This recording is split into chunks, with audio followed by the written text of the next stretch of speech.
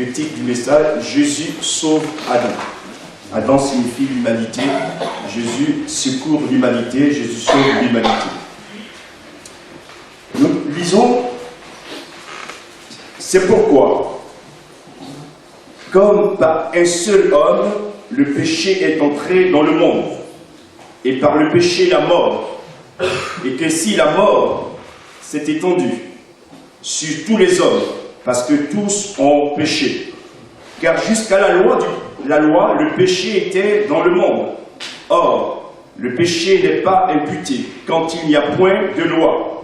Cependant, la mort a régné depuis Adam jusqu'à Moïse, même sur ceux qui n'avaient pas péché, par une transgression semblable à celle d'Adam, lequel est la figure de celui qui devait venir. Mais il n'en est pas du don gratuit comme de l'offense. Car si, par l'offense d'un seul, il y en a beaucoup qui sont morts, à plus forte raison, la grâce de Dieu et le don de la grâce, venant d'un seul homme, Jésus-Christ, ont-ils été abondamment répandus sur beaucoup. Et il n'en est pas du don comme de ce qui est arrivé par un seul qui a péché. Car c'est après une seule offense que le jugement est devenu condamnation. Tandis que le don gratuit devient justification après plusieurs offenses. Si par l'offense d'un seul, la mort a régné par lui seul, à plus forte raison, ceux qui reçoivent l'abondance de la grâce et du don de la justice régneront-ils dans la vie par Jésus-Christ, lui seul. Et si donc, comme par une seule offense, la condamnation a atteint tous les hommes, de même, par un seul acte de justice, la justification qui donne la vie s'étend à tous les hommes. Car, comme par la désobéissance d'un seul homme, beaucoup ont été rendus pécheurs. De même, par l'obéissance d'un seul, beaucoup seront rendus justes. Or, la loi est intervenue pour que l'offense abonde. Mais là où le péché a abondé, la grâce a surabondé. Afin que, comme le péché a régné par la mort, et si la grâce règne par la justice, pour la vie éternelle, par Jésus-Christ, notre Seigneur. Amen. Amen. Comme nous venons de le lire, nous pouvons donc dire que la mort est venue par un homme. Mais également, c'est par un homme que viendra la vie et la résurrection. Jésus, bien sûr. Nous verrons que le premier homme, Adam, va subir les assauts du malin, du diable, dans le jardin d'Éden. Et là où Dieu le met en garde de ne pas manger l'arbre de la connaissance du bien et du mal, Adam et Ève vont désobéir à Dieu, parce que, tentés par Satan qui est venu sous une forme animale, va les induire en erreur, et ils vont donc manger de cet arbre. Ce qui va entraîner la mort. La Bible déclare, le salaire du péché, c'est la mort. Et cette mort va s'étendre sur tous les hommes. Tous les hommes. Jusqu'à présent, nous mourrons. Nous mourrons. Et si cela devrait être notre destinée finale, nous serons les hommes les plus malheureux sur terre. Heureusement que même dans la folie d'Adam et Ève, Dieu, dans son amour, avait prévu de venir encore nous secourir. Amen. Amen. Je voudrais dire ceci vraiment pour que ce matin encore, l'Esprit de Dieu nous révèle qui est Jésus et qui est Dieu.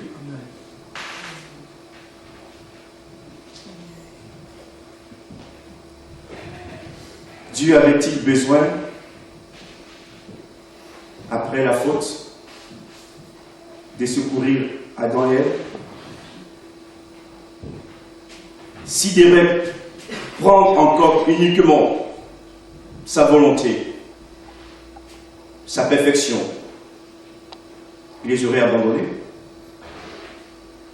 Mais même là encore, voyez l'image, lorsqu'Adam et Ève pêchent et qu'ils se retrouvent nus, que font-ils? Ils vont se confectionner des vêtements à partir des feuilles de figuier. Et ils étaient moches, comme nous aussi. Lorsque nous mettions nos feuilles de figuier, nous sommes moches. Et Dieu, pour venir les aider, va sacrifier des animaux innocents. Le sang va couler et il va les revêtir de vêtements de peau d'animaux. Là encore, quelle grâce et quelle compassion. Il ne les abandonne pas. Il vient les secourir. Il vient les aider. Comme encore aujourd'hui, Dieu vient secourir les hommes et les femmes perdus dans ce monde, qui lui ont tourné le dos et cependant il continue de les aimer pour les arracher des griffes de l'enfer. Seigneur, merci pour ton amour. Merci. Merci. Le péché nous sépare de Dieu et des formes de conscience et aussi notre connaissance. C'est le péché qui engendre les craintes et les peurs. Au départ, Adam et Ève n'avaient pas ces problèmes. C'est depuis la chute que ces mauvais sentiments ont pris place dans le cœur des hommes. Le péché est entré dans le monde par un seul homme, entraînant son cortège de mort. Et la Bible déclare dans Romains chapitre 3, verset 23, « Car tous ont péché et sont privés de la gloire de Dieu. » Vous voyez, là encore, on va dire, mais la faute, c'est Adam et Ève. S'ils n'avaient pas fait, on ne serait pas dans cette situation. Non, même nous aussi, frères et sœurs, nous péchons. Car aucun de nous n'est parfait. Et heureusement que nous avons la clé, qui est la repentance, qui nous permet de revenir à Dieu. Alléluia. Oui, et oui, et oui. Et le sang de Jésus nous purifie de tout péché. C'est le sang qui nous protège et qui nous garde. Et des fois, dans la nuit, je sens, pas toujours, de temps en temps, comme quelqu'un qui vient m'étouffer, qui veut me détruire. Mais je sais qui c'est le diable. Et vous savez, tant qu'on ne le dérange pas, il nous laisse faire. Mais quand on le dérange, il sort toutes ses batteries. Mais heureusement que nous avons quelqu'un qui est avec nous, et son nom c'est Jésus. Amen. Et dans ce moment-là, je ne fais pas de longues prières, frères et sœurs. Je dis seulement un nom, Jésus. Et la paix revient. Amen. Il a peur du nom de Jésus. Et c'est Jésus est au milieu de nous ce matin. Il est vivant, c'est lui notre libérateur, le rédempteur. Il est assis à la droite de Dieu et il intercède pour nous. Jésus prie pour nous. Amen. Et lui aussi va être tenté dans le désert de Judée à 3 reprises. Et il va faire échec à Satan. Pour la première fois, un homme est tenté de toute manière et il a résisté victorieusement à Satan. Amen. Amen. Dieu veut nous dire, frères et sœurs, que si nous nous cachons en Jésus, nous pouvons aussi résister à Satan. D'ailleurs, Jacques nous le dit dans son épître au chapitre 4, verset 7, « Soumettez-vous donc à Dieu, résistez au diable, et il fuira loin de vous. » Amen. C'est en nous cachant en Jésus, en nous soumettant à Dieu, que nous avons la force de pouvoir résister. Quelles que soient les saisons et les temps, si Jésus est avec nous, qui sera contre nous? Amen. Jésus est avec nous.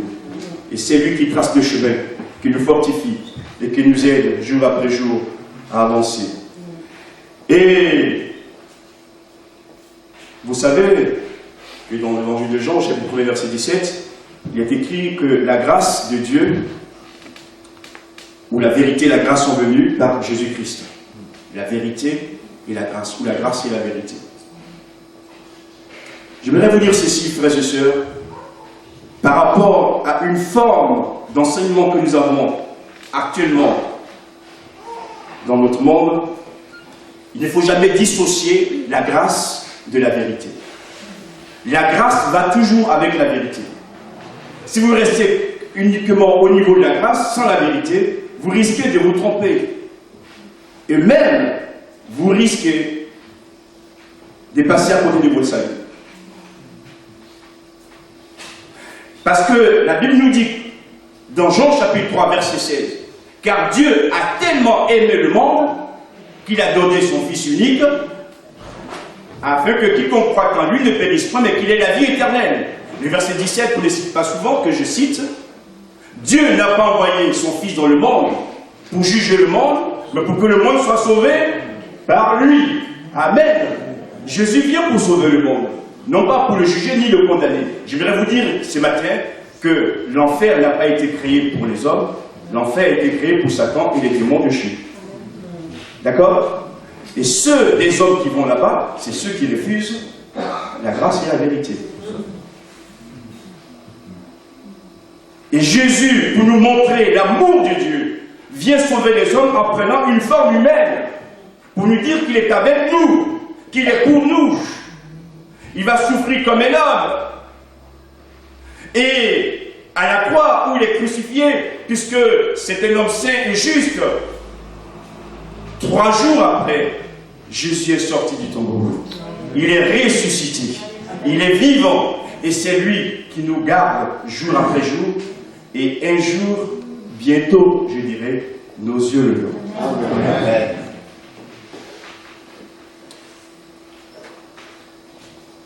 Le salaire du péché, c'est la mort, mais le don gratuit de Dieu, c'est la vie éternelle en Jésus-Christ. Jésus est vraiment l'agneau de Dieu qui ôte le péché du monde.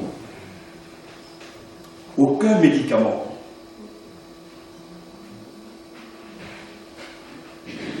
aucun traitement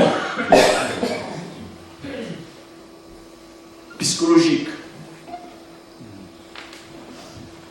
psychiatrique, psychanalyse ne peut sauver et guérir l'homme. Il n'y a que Jésus qui peut guérir nos maux qui sont enfouis au fond de nous, parce que son esprit est puissant pour déraciner le mal à l'intérieur de nous. Amen. Merci. Merci. Et vous conviendrez avec moi combien de personnes malheureuses, éteintes même, en acceptant Jésus, Dieu leur a accordé sa paix et sa joie. On a vu leur corps s'est transformé. On a vu la joie revenir. Parce que Jésus, quand il sauve parfaitement. Amen. Jésus est aussi le seul médiateur entre Dieu et nous. Le seul médiateur. Ce n'est ni Mahomet, ce n'est ni Bouddha, ce n'est ni Confucius, ce n'est ni Sainte Rita, c'est Jésus seul. D'accord? Amen. Alléluia. Amen. Et ce n'est même pas les dénominations qui nous sauvent. Hein. C'est le nom de Jésus, lui seul. Et c'est pourquoi il est important, frères et sœurs, que nous ayons une communion personnelle avec le Christ. Que nous puissions comprendre que c'est lui qui nous donne la vie et c'est lui qui nous éclaire. Et notre relation à lui doit être une relation primordiale. Ce matin d'ailleurs, qu'est-ce que serait ce culte si chacun de nous n'avons pas de relation d'abord avec Jésus? Sinon, nous serons que des consommateurs. On vient consommer et on repart. Non. Même le culte ne dure environ 1h30. Mais il y a toutes les heures à d'après. On ne passe pas toujours dans l'église. Mais Jésus est toujours là. Amen. Que Dieu nous aide vraiment à l'aimer. Et puis je glisse en passant à le respecter. À le respecter.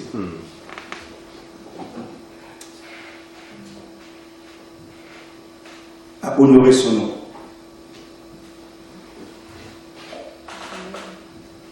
Dans Matthieu 6, 9, la prière que nous... On va la lire. Oh, Matthieu 6, 9. C'est bien tentant de faire des rappels. Matthieu chapitre 6, verset 9.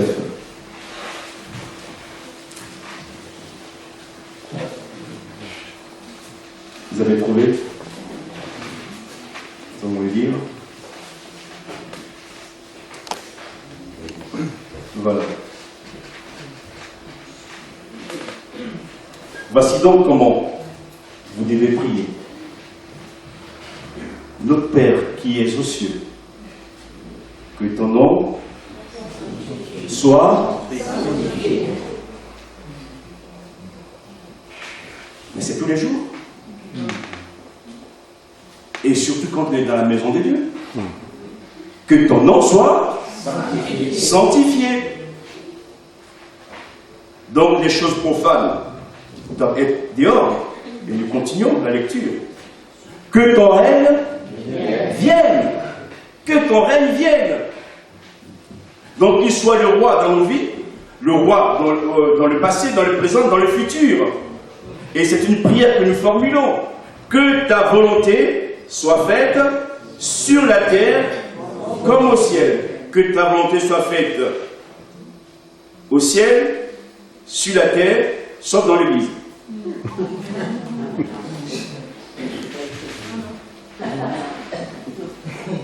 Ça c'est écrit? L'église, elle n'est pas sur la terre? Vous m'avez compris? En plus forte raison, dans l'église. Donne-nous aujourd'hui notre pain quotidien. Verset 12. Pardonne-nous nos offenses, comme nous aussi nous pardonnons.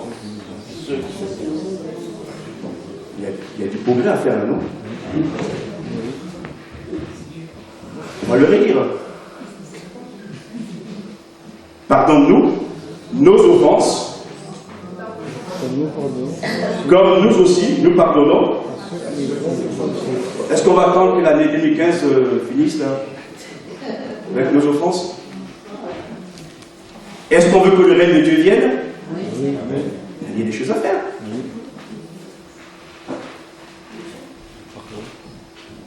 Vous savez, ce qui ruine l'être humain, ce n'est pas tant les maladies organiques, les plaies que nous avons, etc. La médecine traite cela, Dieu également. Mais c'est surtout la maladie de l'âme.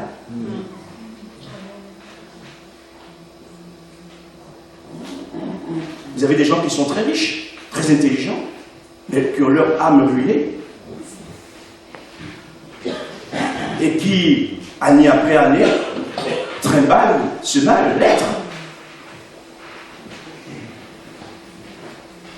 Jésus nous dit que le traitement, c'est d'accorder le pardon et aussi d'accepter le pardon de l'autre. D'accord? Que Dieu nous aide en cette fin d'année, frères et sœurs. Amen. Amen. Et puis, ne mettons pas l'huile sur le feu. Que le Seigneur nous aide à grandir. Parce que si on doit rester dans cet état, on ne peut pas fait des progrès. Parce que l'huile qui est en nous, qui est l'Esprit de Dieu, est une huile fraîche. Et il faut que cette huile demeure dans la fraîcheur. Amen. Amen. Nous terminons.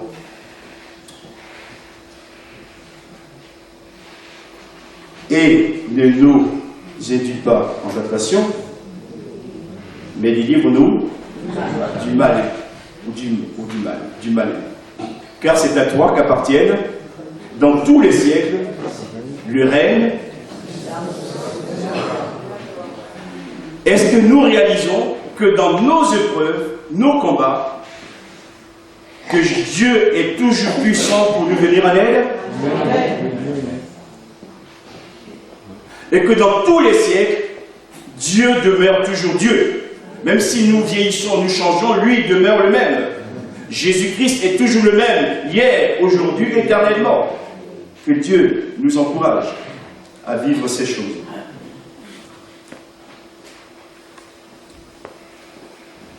C'est le Saint-Esprit également qui nous convainc de péché, de justice et de jugement.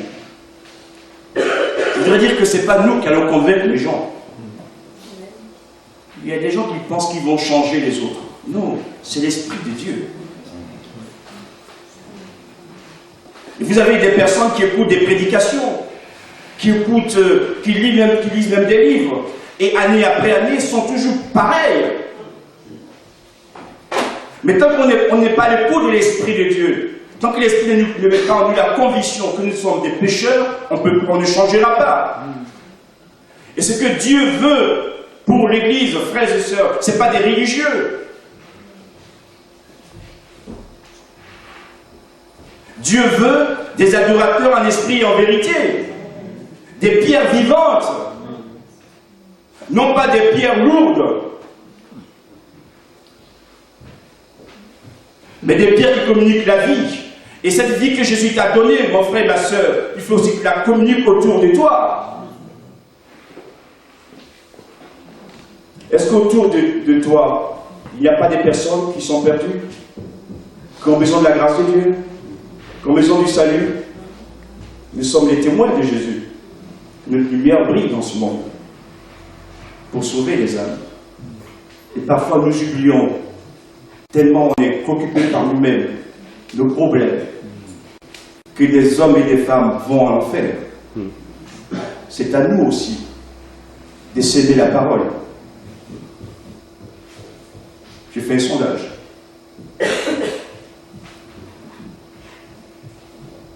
Vous ne levez pas la main. Cette année, combien de personnes?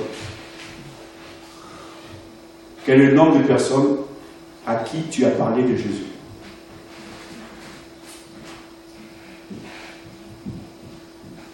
Tu répondras aussi bien. Combien de personnes à qui tu as donné un prospectus, un évangile?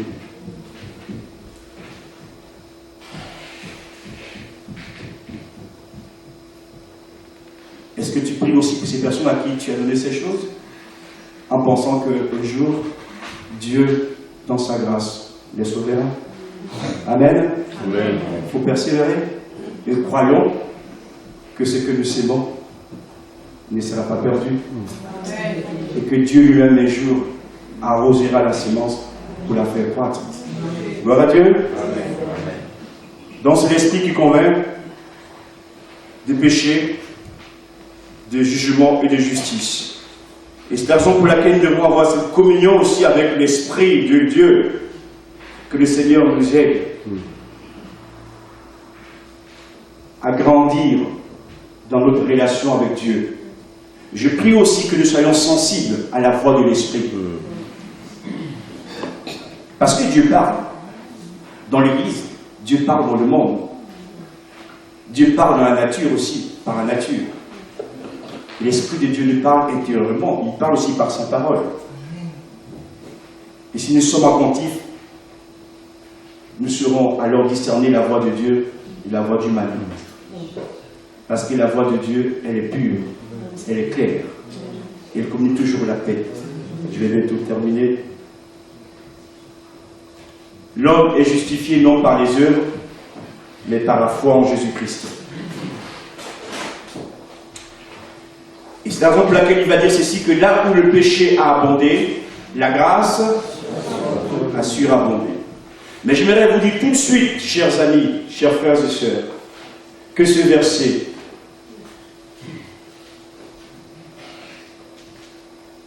ne s'applique plus à nous, les chrétiens.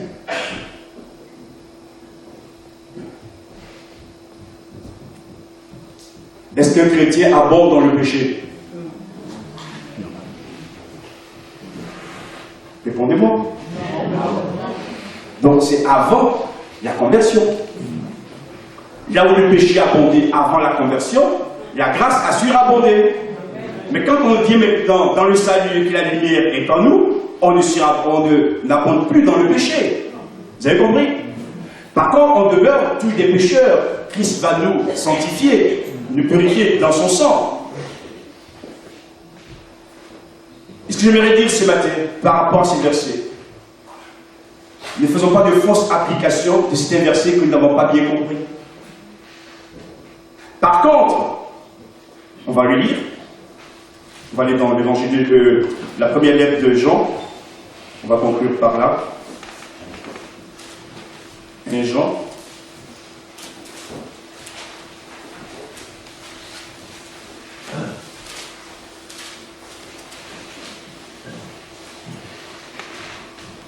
Chapitre 1er.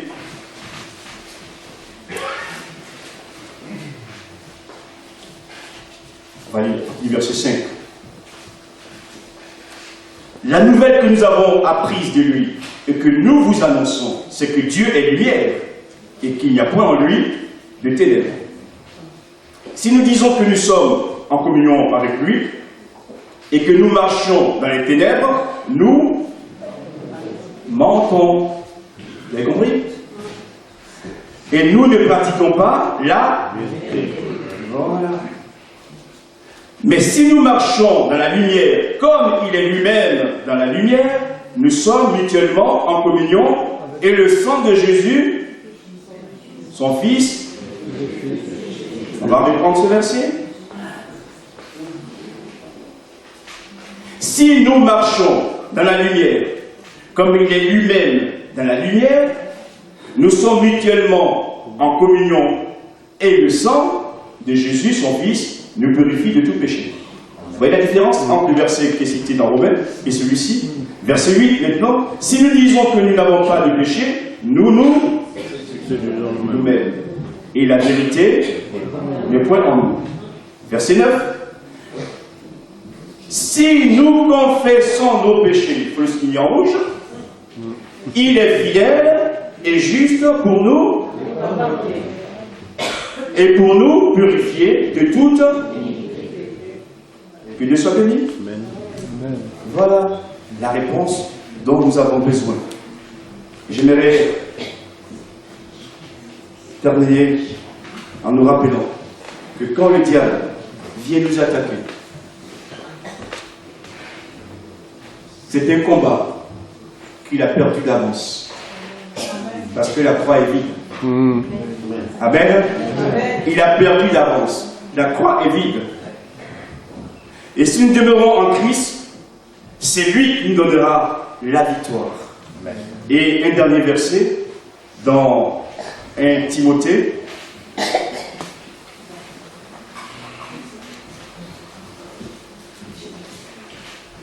Chapitre 1er, verset 17.